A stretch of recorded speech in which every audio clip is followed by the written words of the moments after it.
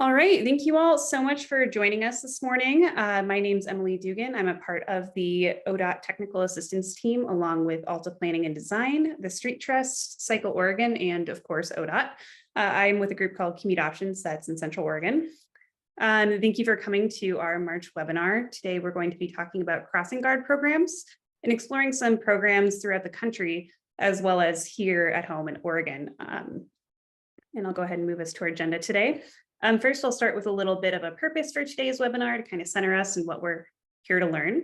Then we'll move to Kristin Haukom, who will talk to us about some crossing guard programs across the country and some neighboring states. Then we'll move to Leah Biado-Luis, who will talk about her crossing guard program in Beaverton, Oregon. We'll move into questions and answers. Again, too, if you have any questions as the presentations are going on, feel free to pop those in the chat. We'll get to those. And then if time allows, again, we'll move into discussion groups, some small breakout rooms to talk about how possibly to improve crossing guard programs in your home community. And then we'll go ahead and end with a few quick announcements. So the purpose of our webinar today, again, is to learn how other states are doing this, how they're managing this program that is crossing guards, which can be very difficult to get started in your community. Then we're going to hear about a successful crossing guard program in Beaverton from Leah.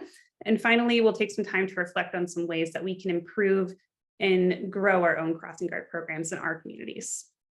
And with that, I'm going to go ahead and stop talking and pass it over to Kristin. Thank you so much, Emily. It's good to be here today. Good to see many of you who I know.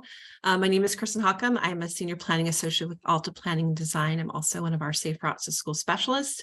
Been with the company 6 years, but prior to that, I was working for I'm in California. I was working for the California Department of Public Health. And in that role, working at the Technical Assistance Resource Center. And that's where I started my experience with crossing guards. I was the lead author of the crossing guard program for the state of California, which I'm going to talk about a little bit today. And so if you wouldn't mind the next slide, Emily. I'm going to cover 3 state examples of crossing guard programs. This is not an exhaustive list. These are just the programs I happen to know the best.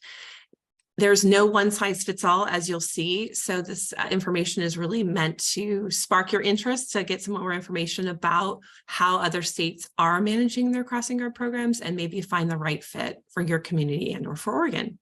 Next slide, please. So in California, I mentioned that when I was working for CDPH, the Technical Assistance Resource Project was a partnership project of Caltrans and the California Public Health Department. And really it was our state, a Safe Routes School Coordinator at the time, who said, we really need to have something standardized from the state to give to our communities because there was no consistent guidelines at that time. This is back in 2013. So we put together this standardized training. It's designed in a train the trainer format with the idea that local jurisdictions or law enforcement would learn how to be crossing guard instructors and then train and vet their crossing guards locally. The program has evolved a little bit. We are offering training sessions now, training sessions now that involve me as being the lead instructor. And then we provide it, like I said, to crossing guard instructors themselves who can then take it to their local communities. The program is housed at the California Active Transportation Resource Center. The link is there. Hopefully this will be sent out after the meeting, so you'll get access to the live hyperlinks. But where you'll see the administration and training guidelines, which are really meant to help we call them local jurisdictions or local programs, help them understand what they need to get a crossing guard program started, some of the liability concerns, the training needs, and then all of this material aligns with our state manual on uniform traffic control devices and California state law. And I mentioned that because, like, every program is different. Every state has different laws and rules on how to run crossing guard programs and who can be crossing guards. Next slide, please. So let's go over east to Colorado. Colorado also recently refreshed their training materials. They provide state standardized training through their Department of Transportation and the State Safe Routes to School program. This program is more set up as a self-study program for crossing guard trainers, and is left to the discretion of school crossing guard sponsors, so local jurisdictions, law enforcement, to determine who can actually be those trained crossing guards. But the advice is to make sure that those are people who are experienced or have done it for a while, or law enforcement officer. Then they have created this handbook for school crossing guard sponsors. So again, that's really for that local program to understand administration, procedures, where crossing guards should be placed, with a crossing guard training manual meant for the trainer to train the crossing guards locally. Next slide, please. And let's go down to the South, Florida. Florida is the most robust, comprehensive, oldest program in the country. They actually have a law that was put into place back in the 90s that requires that local entities train their crossing guards according to the state guidelines. And they actually have staff who go out in person to local jurisdictions to help them train their crossing guards and crossing guard trainers or instructors, excuse me. They, you'll see it's most jurisdictions have crossing guards house and law enforcement in Florida, and they are paid staff of law enforcement, or it's definitely an elevated position, different how California and Colorado do it. So included there is more information, the manual, and then their training website, which is really a mentioned robust resource, really meant to help Florida communities. All of this information that I'm sharing with you can be used locally by your areas with the tweaks of different laws, different guidelines, but definitely take a look at these materials and see how they might work for you. Next slide, please. And because I couldn't put everything in this webinar related to crossing guards, I wanted to leave you with some resources. San Mateo County Office of Education here in California has a really neat crossing guard appreciation toolkit. It is actually Crossing Guard Appreciation Week, so this is a timely webinar. The New Jersey Safe Routes to School program has a really nice, succinct training video. So if it's a resource you could share with crossing guards to give them a refresher on how to cross students safely and appropriately. And then finally, I don't know a lot about this program, but as from just a quick glance, the Minnesota Crossing Guard Training Program is has very great information, resources, images to take a look at if and when you have time. And with that, I'll turn it back to Emily. Yes, thank you. Great resources there, and fun to see how other states are doing this and training their crossing guards. And I will be sharing out the information and links that were in Kristin's slides after the webinar, so don't worry about that. And with that, I'll turn it over to Leah.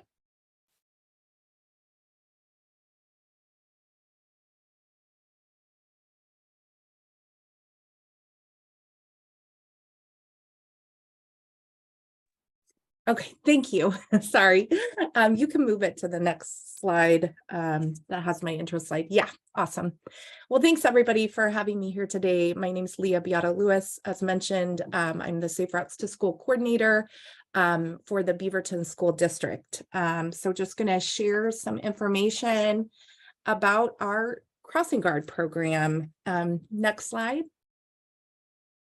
So just as background information, Beaverton School District is the third largest school district in the state of Oregon.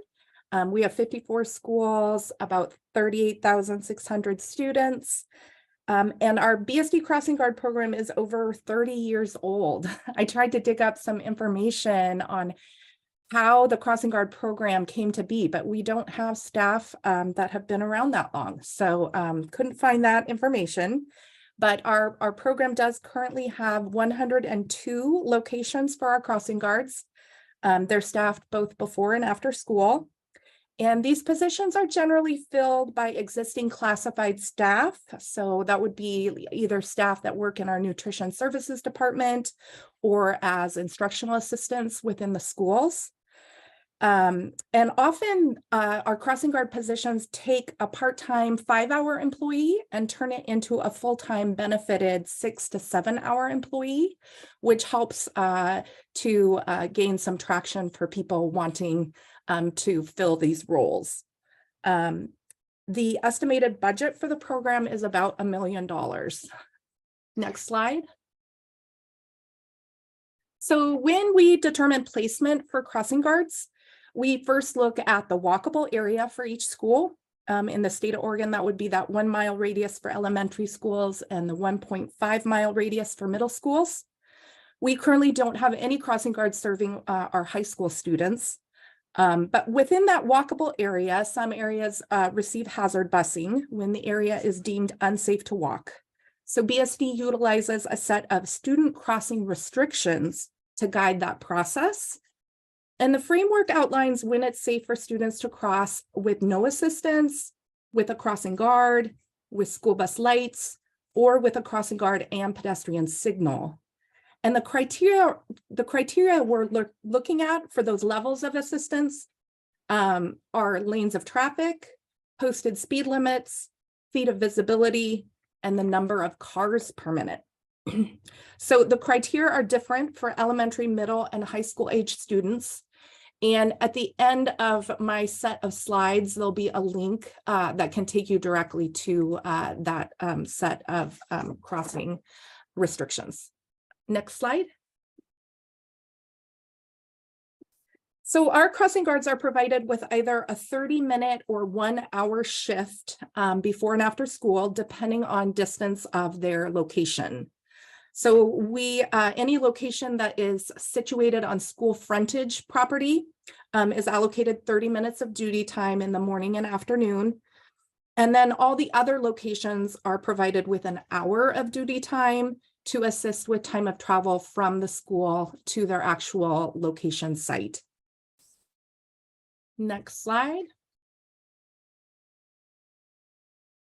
So our BSD crossing guards must complete an online 30-minute training in the fall of each school year. The training was created in 2019 as a joint project led by Washington County Bicycle and Pedestrian Coordinator, Shelley O'Lear. She met with the local regional Safe Routes to School coordinators, and we created a PowerPoint presentation that was meant to be shared and edited to include district-specific information countywide. The training had been intended at that time to be delivered in person. However, due to COVID in 2020, we converted that PowerPoint to a video by narrating each slide, adding some quiz questions to enable our staff to complete the training online. So this is the current format that we are still utilizing today. The crossing guard training covers the following topics that are listed. So there's an intro, there's a section on qualifications, equipment, responsibilities, understanding students' abilities, a section on traffic signs, regulations, hazards, crossing techniques and procedures, emergencies, incidents, and concerns, and then a section on evaluation. So in addition to the 30-minute training, we also provide on-site assistance as needed throughout the school year. So we'll just pop over before and after school to chat specifically if there is a concern or if a crossing guard is having trouble at their site. Next slide. And then in the spring of each year, we also assist with a crossing count for all of these crossing guard locations. It's just an opportunity for us to gather data on how many students are crossing at these locations in the morning and afternoon. And it's an opportunity for our crossing guards to communicate with us any hazards that they're seeing at their specific location. So the guards will report the number of students crossing on 2 separate days during the month of May. Next slide. So these are those resources I was talking about. So the crossing restrictions, you'll be able to have a link to that. And then the crossing guard training in that PowerPoint format that's editable. And then that PowerPoint turned into the video that we currently use with the narration is linked on there. And then my contact information if you want to chat more. But thank you. Great, thank you so much, Leah and Kristin. Go ahead if you have questions. Feel free to unmute yourself or raise your hand. I didn't see any in the chat. Give people a second here if anyone has any questions. If not, I have a question to start us off, Kristin. I was wondering if you could speak a little bit more to the train the trainer model for California. That is something that we are looking at for bike and pedestrian, or doing for bike and pedestrian training here. And I'm just interested in what the capacity is like for that. How do you deal with turnover when somebody you've trained moves? Great question. So the way the train the trainer model is currently working in California is we have regularly scheduled trainings where I will lead a group of folks. They register online and lead them through the presentation. It's really meant to be, this is a presentation you're going to get. You're going to get a PowerPoint. You're going to get the resources and tests and all the things you need to train. So I effectively walk them through that. What's most important, or most helpful, I should say, with those training workshops is all the questions folks have around crossing guards. And there's so many, and I've thought I've heard them all, but you get new questions all the time. I think the one question you just had is an appropriate question that I would probably get at one of those trainings is, what do you do about turnover? So having the program, it can live in so many different spaces. I love, Leah, what you presented on. I love that having it be at the district. I love that you're using classified staff to really balance out their workloads. But certainly anytime someone's going to be assigned or reassigned to a crossing location, they should receive training, and then additional training, which we don't offer yet, but we're looking to do, is that in-person practical training. That's currently still putting on the local jurisdictions to make sure that they understand the content, and then they can actually put into practice in a real world setting. Awesome, thank you. Leah, it looks like there's a question here from Mary Jo asking about your source for yellow flags. And it looks like, Julie, you also have some. Yes, I don't have it right in front of me, but I can definitely get that information. I know that we have struggled with the school flags, but I believe we did find one company. I want to say it's Material Creations, and someone just rocket press training. Yes, there it is. And so they will sew the flag part, but we actually have to assemble them, like by using some grommets, and we get poles from Home Depot and attach them to the pole. Yeah, and I don't know, can you guys hear me? Yes. Yes.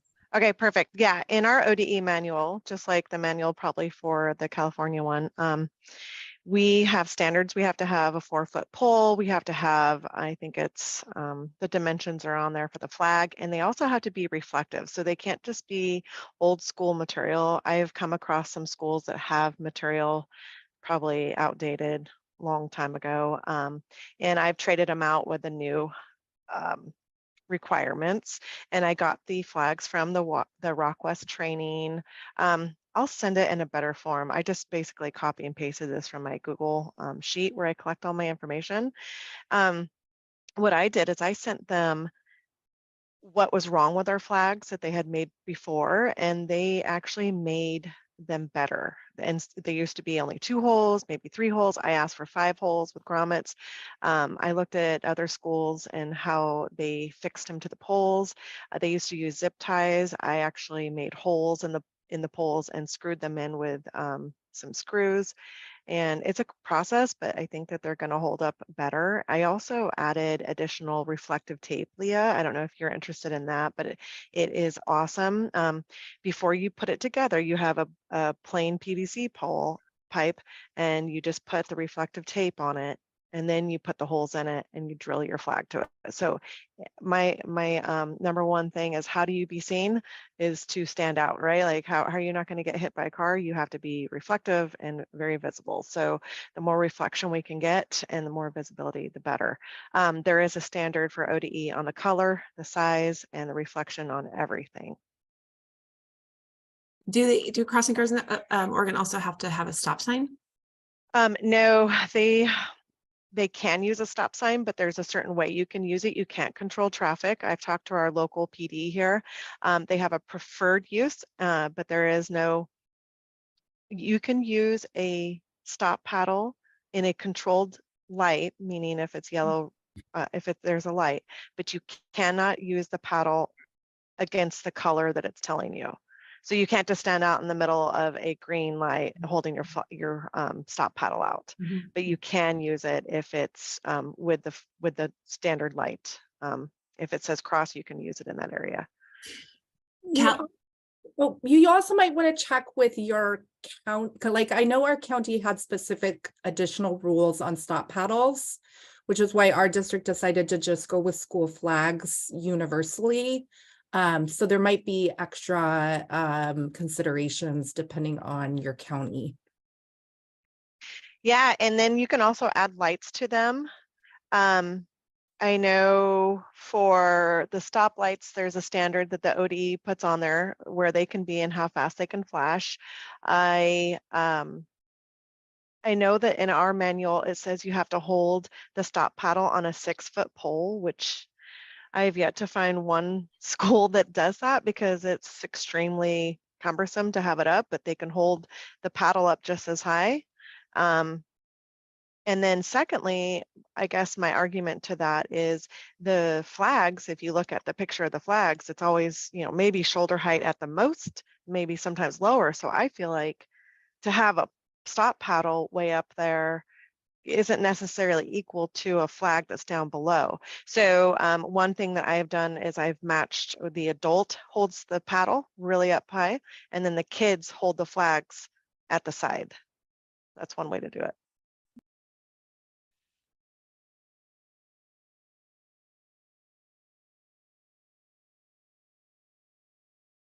Kristin, I think you were going to say something about, yes. Yeah, I'll go ahead and add. Thank you, Emily. So in California, we do also have all those standards related to reflective wear. The stop paddle must be reflective. The crossing guards to wear reflective vests. What I was going to add, I just find it really interesting that Oregon doesn't use stop signs because well, in California, so the manual and uniform traffic control devices, I think it's California, but also the rest of the country, crossing guards are actually treated as traffic control devices. That's like where they live in our MUTCD, or that's how they're referred to. So they have become a stop sign where there might already be a stop sign, like if at a 4-way stop or at an uncontrolled crosswalk. They do not direct traffic. So there's clear guidance, like you are not to control traffic or direct traffic, I should say, but you are becoming a stop sign for kids crossing the street. And they hold the paddle at arm's height and having a free arm. And it's the direction is to have the arm upraised the other way, so like a T pose. So it's just interesting to learn the different ways that states or local programs implement what works best for you all.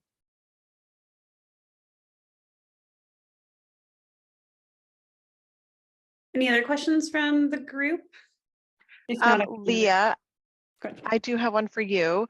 I was asked to create a video to show exactly what Kristin was talking about with how does it look to hold the flag out, because I see some kids hold it really low, and there is a video from Maine that shows how to use stop paddles, but nobody uses the stop flag, I mean the school flags on any of the videos I found. So I thought, okay, well, I will create one.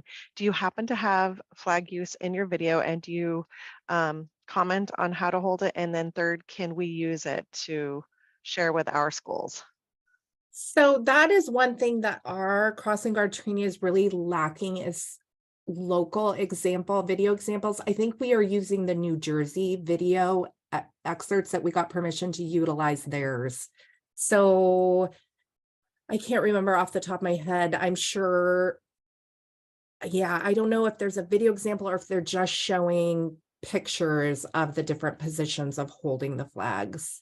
But that is something that we would love to see, like more Oregon specific video. So yeah, something we haven't created yet. Yeah, that was on my task to do. I'll share whatever I come up with it. I'm sure it'll be pretty rudimentary, but I was thinking of all those. I think, Kristin, you mentioned that you might have a manual and you think you cover everything, and then you're still going to get questions. There's lots of tips and tricks we can throw in there. And then obviously the standards and requirements would be the first things we go to. how to accumulate or hold back the kids, how can you use kids, helpers, how can you use your safety patrol helpers without them actually being actively in the middle of the road. There's all kinds of ways that I think we can make a video to help. It's easier to watch a video sometimes than read a 4-page document.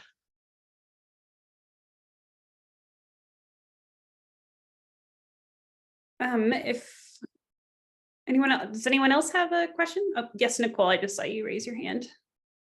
Yeah, so I'm just curious if anyone's familiar with, like, at the state level, you know, I know they have a traffic patrol manual. I think it's from like 2011. Like, does anyone know about timelines for updating that? And I just wanted to share that it's been my experience working with different districts, that there's not a ton of consistency, it seems like, across the board as far as what's being used, how folks are being trained, which is why, you know, like a Beaverton program is great because it's a consistent program over the district. But anyway, thanks. I was just curious if people knew about plans or anything for updating or when it's been done in the past traditionally. Are you talking about the OD manual? Yeah, like the traffic patrol manual. Yeah, the traffic patrol, from what I understand, last year when I asked, they said they didn't have any plans to update it. In fact, I've looked at that thing a million times. There isn't a whole lot that needs to be updated. The only thing is maybe mentioning where you can use the stop sign, because I noticed in the manual, it doesn't really say where you can, but in their PowerPoint that they have online as well that goes with it, it says that you can't use it. That's why I asked our local PD if we could or couldn't, and how we can get around that, and which ones would they prefer. The other thing is, from my understanding, that OD manual, it says in there that it's required by any Oregon schools to use it, and the only time that we can get around not using those standards is if we prove that we have our own safety standards that meet up to theirs. I think it's in the first page that we can opt out of these guidelines as long as we prove that we have something in place that's equivalent.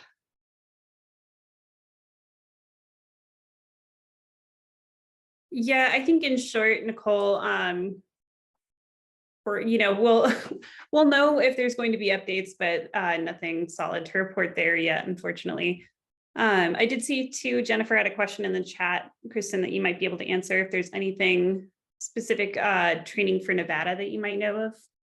I'm not familiar with Nevada, but I would suggest that any of these resources that we've shared today, I think, Leah, what you presented is amazing.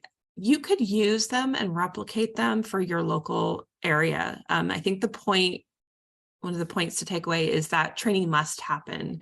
My experience is that crossing guards, even those who may have been doing it a while, don't always receive adequate training on actually how to do their job safely and appropriately. I mean, like just making sure that they're, holding the stop, in our case, holding the stop pedal, verbally communicating to students, understanding how to create gaps in traffic, and not directing traffic. Those are really important things so that if there's at least some training that happens, you're going to be better off.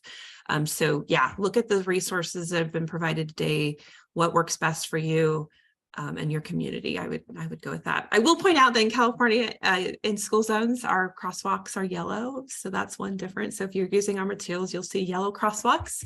But yeah, I'm happy to answer any questions offline too. Yeah, and risk management, exactly. So training is a very effective risk management tool. I'm going to take us into breakout rooms here in a second, but I have a question actually, and Kristin, this might be more aimed at you, because Leah, it sounds like you hire crossing guards to fill staff time already. But just interested if you've come across any questions about how to recruit crossing guard personnel. And if you have any tips or tricks for that. I know that hiring is, and even getting volunteers right now is a tough battle for a lot of people. If you had any words of sage advice. Yeah, so I'll start that. Maybe Leah has better information or more specific information to share. So I mentioned in the beginning, there's no one size fits all. I will say volunteers is not an effective model because in general, because you have nothing to hold them to, they don't have to show up. But if you find a great volunteer who's willing to be trained and do that duty, God bless them, that's amazing. Definitely a needed resource. My favorite model is what Leah described, is having them actually be paid school staff. Because they're going to be there, they can be there anyways, and the kids know them, and it's just a consistent school personal presence in the crosswalks. In Florida, they are considered a part of their law enforcement, and the way that I've heard Florida, some programs or local jurisdictions in Florida pay their crossing guards. Because it's a weird shift, is you show up for maybe an hour and a half in the morning, and then maybe in the afternoon, is they actually pay them time and a half per hour. So it works out to be about I've seen it between $15 and $25, but for an hour you show up, you actually get paid time and a half. Leah, you wanna add? Yeah, I would just say, like I said, it's a draw in our district just because it can, turn someone who doesn't have benefits to someone who has those great school district benefits. So that's a big draw. But even with that, I would say that this year is the first year I've noticed some difficulty filling some positions. Yeah, I mean, some of our crossing guards, I noticed, like, because we have staggered times, so someone will serve as like an elementary crossing guard in the afternoon, and then they can quickly shift over to a nearby middle school who gets out later and then work another shift over there. So that also gives them a little more time. But I think one of the things that hasn't been mentioned that we do struggle with is making sure that schools are having backup, like substitute staff trained and ready to go, because people miss work, and if a substitute classified person comes in, they're most likely not going to have received any crossing guard training. So instead of placing them out there, maybe having a staff person like a secretary or somebody who has completed the training be the substitute crossing guard. So that's something we've been working on in the last couple of years. Thank you for that. That's, really great information to have there. So yes, it continues to be an issue, I know, statewide. So thank you. With that, I'm going to move us to some small group discussion. Here are some discussion questions, but again, this is free-form, so please feel free to talk about more than just this. But some thoughts, what practices did you find promising, whether from Beaverton or from across the country? How could you implement some of these practices into your community? And then what resources would you need to have a successful crossing guard program? And definitely, if you want to brainstorm some resources that you think would be great for the Alta or the TAP team to start creating, let us know and we can start looking at those too. So, all right, I'm going to open up these rooms and get us going here. And I'm also going to stop recording. So just resume.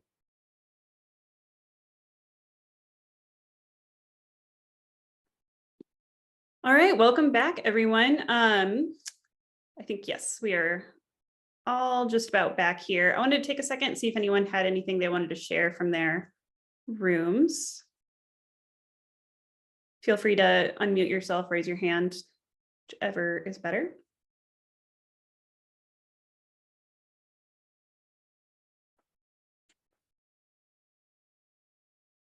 And of course, if there's nothing to share too, we can go ahead and move on to our announcements and end a little bit early here too. That's totally fine. Great. Yes. So just some quick announcements. We had originally been planning on having our quarterly online Zoom meeting in April, but we're actually going to forego that in lieu of our annual meeting, which is going to be on April 26th on the last day of the Oregon Active Transportation Summit. That'll be from 10 to 12:30 with the Jumpstart Pedestrian Safety Training immediately following. I'll put the link in the chat there just a second for you to sign up for that. This will be in person, but there are some limited options to participate via Zoom. So there's some, you'll see on the sign up registration that there are some different ways that you can participate. But if you're able to make it to Portland to join for that, definitely recommend it. It's going to be a great time to reconnect with people from around the state that are working in safe routes. And then, of course, too, the Oregon Active Transportation Summit is right around the corner. We're about a month out. Another amazing opportunity to not only learn more, but connect and get some inspiration from your programs. There is a safe routes track again this year, so you can follow that, learn things outside of safe routes. It's an awesome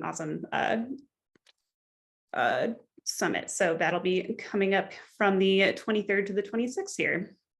And then also too, we will not be having a webinar for April because of the Oregon Active Transportation Summit. So we'll see you on May 16th from 11 to noon for our next topic, which is going to be about safe routes abroad. I'm very excited for that. We have some folks joining us who visited Denmark recently and are going to talk about some of the things that they learned there about student transportation. And I just put the links in the chat there. So please, register for OATS and for the annual meeting. And with that, we'll see you either this April in person or on Zoom or in May at our next webinar. All right, thank you all so much for joining.